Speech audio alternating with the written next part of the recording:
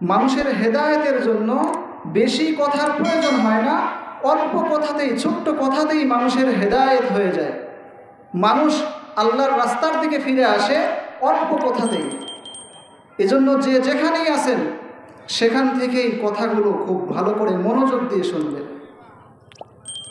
হযরত মূসা আলাইহিস সালাতু ওয়াস সালামের জামানার কথা। এক ব্যক্তি অসুস্থ অবস্থায়, অসহায় অবস্থায়, পরিবারে বাচ্চারা বসে অনাহারে পড়ে আছে। মা বাচ্চাদের খাবারের জন্য এ বাড়ি থেকে সে বাড়ি কাজের জন্য দৌড়ায় বেড়াইতেছে, কাজ পায় না। শেষ পর্যায়ে ওই মহিলার এক চাচাতো ভাই ছিল।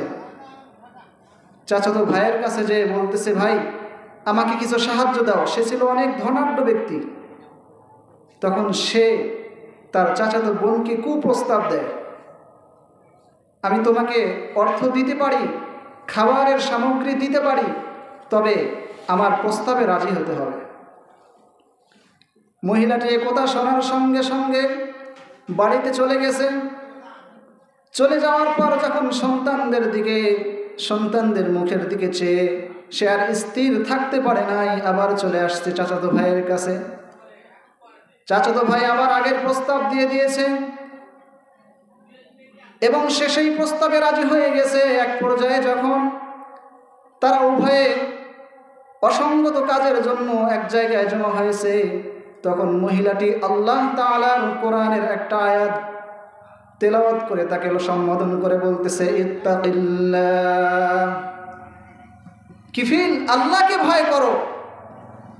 যেই আল্লাহ তোমাকে এত সম্পদ দিয়েছে, আমাকে অসহায় করেছে, যেই আল্লাহ তোমাকে ধনাঢ্য বানিয়েছে, সম্পদশালী বানিয়েছে, আমাকে অসহায় অবস্থায় রেখেছে, আমার সন্তানরা অনাহারে আছে, সেই আল্লাহ তাআলাকে ভয় করো। কিফিল যখন এই কথা শুনেছে, শোনার সঙ্গে সঙ্গে তার ভিতরে কম্পন সৃষ্টি হয়ে গেছে। আল্লাহর ভয় তার মধ্যে কাম করা শুরু করে দিয়েছে। এই কথা শোনার সঙ্গে সঙ্গে সে ওই কাজ থেকে ফিরে এসেছে এবং সে দিল থেকে তওবা করেছে। তো একটা কথার বিনিময়ে মহিলা যখন বলেছে ইত্তাকিল্লাহ, আল্লাহ তাআলাকে ভয় করো, এই একটা কথার বিনিময়ে আল্লাহ পাক রব্বুল আলামিন কিফিলের কপালে হেদায়েত দিয়ে দিয়েছেন। সে তখন তার ওই কামনা বাসনা থেকে ফিরে এসে ওই মহিলাকে বলছে, তুমি তোমার বাড়িতে যাও, এবং তার সঙ্গে সঙ্গে সে ওই মহিলাকে পর্যাপ্ত পরিমাণ খাবার সামগ্রী দিয়ে তার বাড়িতে পাঠিয়ে দিয়েছেন। এরপরে যখন রাত্রি হয়ে গিয়েছে, কিফিলের মৃত্যু হয়ে গিয়েছে, আল্লাহ পাক রব্বুল আলামিন হযরত মূসা আলাইহিস সালাতু ওয়াস সালামকে খবর পাঠিয়েছেন, ওগো আমার পয়গম্বর মূসা, অমুক ব্যক্তি কিফিল নামক এক ব্যক্তি, সে জান্নাতি। লোকেরা জানতো কিফিল এত পরিমাণ টাকা খরচ করত শুধু মদ নেশা জাতীয় খাবারের জন্য, কিন্তু আল্লাহ পাক রব্বুল আলামিন তার কপালের মধ্যে একটা কথার বিনিময়ে হেদায়েত রেখেছে। মহিলা যখন বলেছে ইত্তাকিল্লাহ, আল্লাহ তাআলাকে ভয় করো, এই কথার বিনিময়ে কিফিলের মধ্যে হেদায়েত হয়ে গিয়েছে। এজন্য যে যেখানে আছেন কথাগুলো দিল দিয়ে শুনেন। আল্লাহ পাক রব্বুল আলামিন চাহে তো একটা আমলের সুযোগ হয়ে গেলে এই আমলের বিনিময়ে আল্লাহ পাক রব্বুল আলামিন জান্নাত দিয়ে দিবেন। আমি কোরআনুল কারীম থেকে একখানা আয়াত পাঠ করেছি, কুল তাস্তাগফিরু রাব্বাকুম ইন্নাহু কানা গফফারা। আল্লাহ পাক রব্বুল আলামিন বলতেছেন, নগো পয়গম্বর, আপনি মানুষদেরকে বলে দিন, ইস্তাগফিরু রাব্বাকুম, তোমরা তোমাদের রবের বেশি বেশি করে তওবা করো, ইস্তিগফার পাঠ করো, তোমরা তোমাদের গুনাহের উপর অনুশোচনা করো, তওবা করো। ইন্নাহু কানা গফফারা, কেন ক্ষমা প্রার্থনা করবা? কারণ আল্লাহ পাক রব্বুল আলামিন হচ্ছে ক্ষমাশীল। ইন্নাহু কানা গফফারা ইরসিলিস সামা আলাইকুম মিদরারা, আল্লাহ পাক রব্বুল আলামিন আসমান থেকে বৃষ্টি বর্ষণ করবেন। যখন কোনো মানুষ বেশি বেশি ইস্তিগফার পাঠ করবে, তখন আল্লাহ পাক রব্বুল আলামিন আরশের দরজাগুলো খুলে দিবেন, মানুষের জমিনের মধ্যে বৃষ্টি বর্ষণ করে দিবেন। একবার কিছু লোক হযরত ঈসা আলাইহিস সালাতু ওয়াস সালামের নিকট এসে বলতেছে, ওগো আল্লাহর পয়গম্বর, আসমান থেকে বৃষ্টি বর্ষণ হয় না, জমিনগুলো ফেটে চৌচির হয়ে গিয়েছে। সমস্ত পশু পাখি পানির জন্য আহাজারি করতেছে, অস্থির অবস্থায় ছটফট করতেছে। আপনি আল্লাহ পাক রব্বুল আলামিনের নিকটে দোয়া করেন, আল্লাহ পাক রব্বুল আলামিন যেন পানির ব্যবস্থা করে দেন। হযরত ঈসা আলাইহিস সালাতু ওয়াস সালাম কিছুই বললেন না। কিছুক্ষণ পর আরো একদল লোক এসে বলতেছে, আল্লাহর পয়গম্বর, আল্লাহ পাক রব্বুল আলামিন নিকট দোয়া করুন, আল্লাহ পাক রব্বুল আলামিন যেন আমাদের এই অসচ্ছল অবস্থাকে সচ্ছলতায় পরিণত করে দেন। আমরা অনাহারে ভুগতেছি, খাবারের অভাবে আছি। আল্লাহ পাক রব্বুল আলামিন যেন আমাদেরকে সম্পদ দান করেন। কিছুক্ষণ পর আর একদল লোক আসলো, আসার পর বলতেছে, আল্লাহর পয়গম্বর, আল্লাহ পাক রব্বুল আলামিনের নিকট দোয়া করেন, আমার বৈবাহিক জীবনের অনেক দিন অতিবাহিত হয়ে গেছে, এখনো সন্তান আল্লাহ তাআলা দান করেন নাই, আল্লাহ তাআলা যেন সন্তান দান করেন। হযরত ঈসা আলাইহিস সালাতু ওয়াস সালাম তাকেও কিছু বললেন না। কিছুক্ষণ পরে আরো একদল লোক আসলেন, আসার পরে বলতেছেন, ও আল্লাহর পয়গম্বর, আল্লাহ তাআলার কাছে দোয়া করেন আমাদের জন্য আল্লাহ পাক রব্বুল আলামিন সুন্দর সুজলা সুফলা বাগান দান করেন।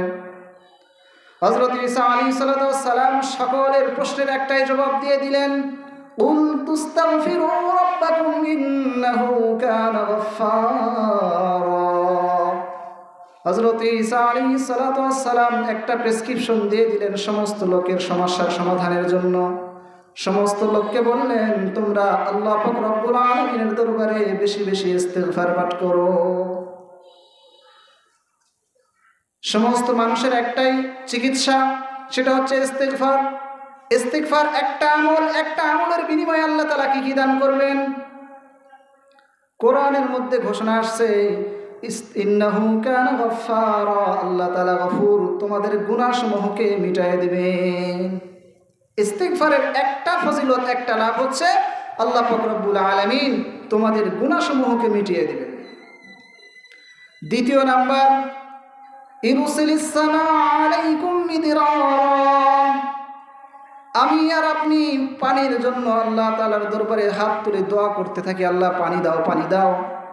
আল্লাহ পাক রব্বুল আলামিন কোরআনুল কারীমের মধ্যে তরিকা বাতলায় দিলেন, পদ্ধতি বলে দিলেন, ও দুনিয়ার মানুষেরা, আমার বান্দারা, তোমরা বেশি বেশি আমার ইস্তিগফার পাঠ করতে থাকো, তাহলে আমি রব্বুল আলামিন আসমান থেকে জমিনের মধ্যে পানি বর্ষণ করে দিব।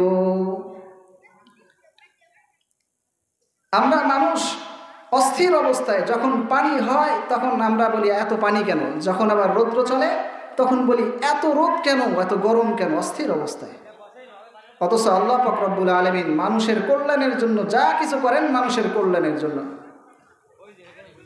আসা আন তুহিব্বু শাইআন ওয়া হুয়া খায়রুল লাকুম, আমরা মানুষ এমন কিছু জিনিস আছে যেগুলোকে বাহ্যিক অবস্থা থেকে মনে করি এগুলো আমাদের জন্য ভালাই, কিন্তু এগুলোর মধ্যে অকল্যাণ আছে। আবার কিছু জিনিস দেখে মনে করি এগুলো আমাদের জন্য অকল্যাণকর, ওয়া হুয়া খায়রুল লাকুম, আল্লাহ তাআলা বলেন না, এটাই তোমাদের জন্য মঙ্গল।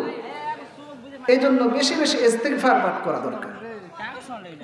ওয়া ইরসিলিস সামাআ আলাইকুম মিদরারা ওয়া ইমদিদুকুম বিআমওয়াল। 3 নম্বরে আল্লাহ পাক রব্বুল আলামিন ইস্তিগফার করার কারণে মানুষের সম্পদের মধ্যে বাড়ায় দিবেন, সম্পদ বাড়ায় দিবেন। আমরা সম্পদ দুনিয়ার দ্বারা খুঁজি, কামাই রোজগারের দ্বারা খুঁজি, অথচ আল্লাহ পাক রব্বুল আলামিন বলতেছেন তোমরা ইস্তিগফার করো, ইস্তিগফারের বিনিময়ে আল্লাহ পাক রব্বুল আলামিন তোমাদের সম্পদ বাড়ায় দিবেন। ওয়া বানিন, এবং তোমাদের সন্তান দান করবেন। যাদের সন্তান হয় না, আমরা মাজারে যায় পীরের কাছে সন্তান চাই, নাউযুবিল্লাহ মিন যালিক। সন্তান দেওয়ার মালিক কে? আল্লাহ। এজন্য সন্তান চাইতে হবে আল্লাহর কাছে। তাইলে সন্তান কি চাইলে পাওয়া যাবে? ইস্তিগফার পড়লে সন্তান পাওয়া যাবে।